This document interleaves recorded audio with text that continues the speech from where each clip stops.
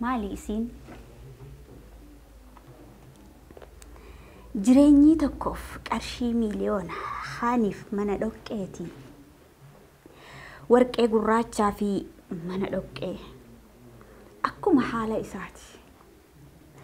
Gowwaa akkas akka ati naan jettu hin barbaanne.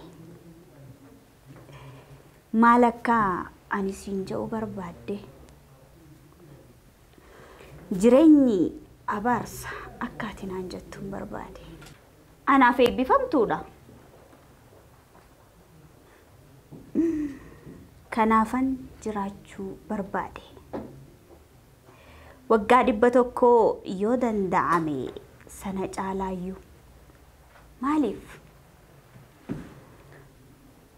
Duutii lafee dulloomee fi gogaan shuntuuree malee waan sarbu akka hin qabaanneef haa. Yoo naaf danda'ame maaliif hin fedhu?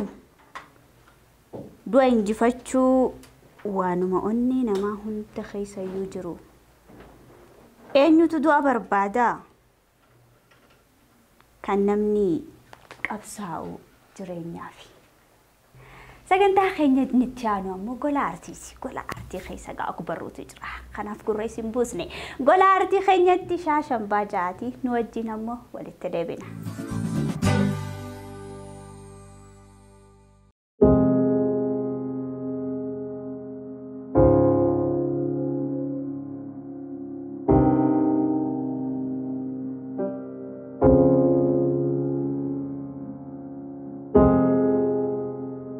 Kitaaba kuusaa walaloo liitoo keessaa walaloo isiniif qabadhe dhiyaadheera.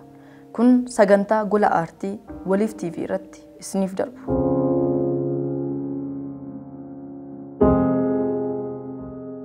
Summii moo qoricha? Bifa keetu lama waliisaan wallaale. Summii moo qoricha ati kun mee yaale?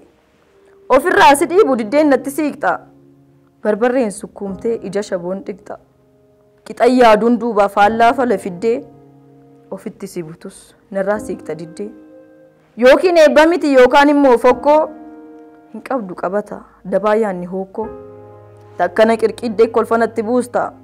Takkamuu qimmiiddee timimmaan koo kuusta.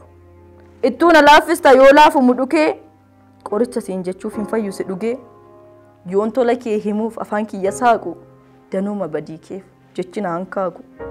Akka kee wallaalesii akki lamaa jibbaaf jaalalakkeen badee waxa lamaa yookaan daawwaa taatee dhibeerraa nan seestu yookaan summii taatee dhugee nan ajjeestu. Summii moo qoricha ati kun namana naaf eenyummaa kee bareetan amana makaa waariif waarii kan obboroof subii yoo summiidha taate na ajjeesi gubii malee wal makattee hin dhoriin gadaakoo qoricha dhataanaan naaf yaalii madaakoo.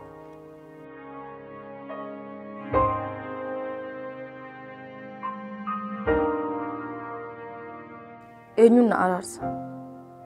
Sammuu koo kanatu wal qoode lamatti. Yaadaan walanqaaqee gamaa fi gamatti. Akka waan wal moo'uu wal jifatee tola. Wal mormii eegalee wal qabate lola. Tokko taa'i jedhee deemsa didee falma. Tokko beenu jedhee sarda ga'uuf galma. Tokko hin dandeessu itti dhiisnaan jedha. Tokko ni dandeessa jabaadhu naan fedha. Madaa koo garaatti obseen jecha dibee akkattan dubbadhu akkisaas na dhibe. Eenyuunan himadha eenyutti immoon hima. Raajiidha waa'een koo dubbachuuf ni cima. Dubbachuuf dhiisuufis lachuu ni ulfaata. Miilli koos wal dhabee garaa gara kaata. Harka koo mirgaatu jibbee isa bitaa. Mana tokko jaaruuf fiigee saamaccisaa.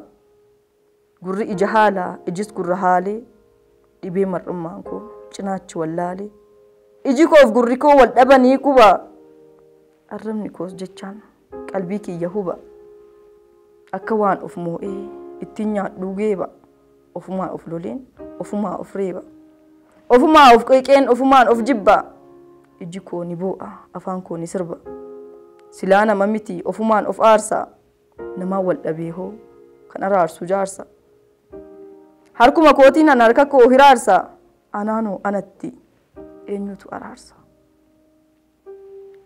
Biqiltuu Waaqasaan jedhama. barreessituu kitaaba Kuusaa Walaloo Leetooti. Egaa akkuma beekamu kitaabni koo Kuusaa Walaloo Leetoo dilbata fuula keenya jiru yookaan sadaasa 30 waaree booda sa'a 7 kaasee Ilillii Internaashinaal Hoteelitti haala ho'aa ta'eetiin waan eebbifamuuf kottaa hirmaatu sagantaa kanaa ta'a isin jechuu barbaada. Guyyaan kun guyyaa aartii jechisiisu waan ta'eedhaaf marti keessanuu waamamtanii jirtu. Sagantaa kanarraa namuu hafuun fafa waamicha goonni waamii dabeessa qofaa tafa. Galatuma.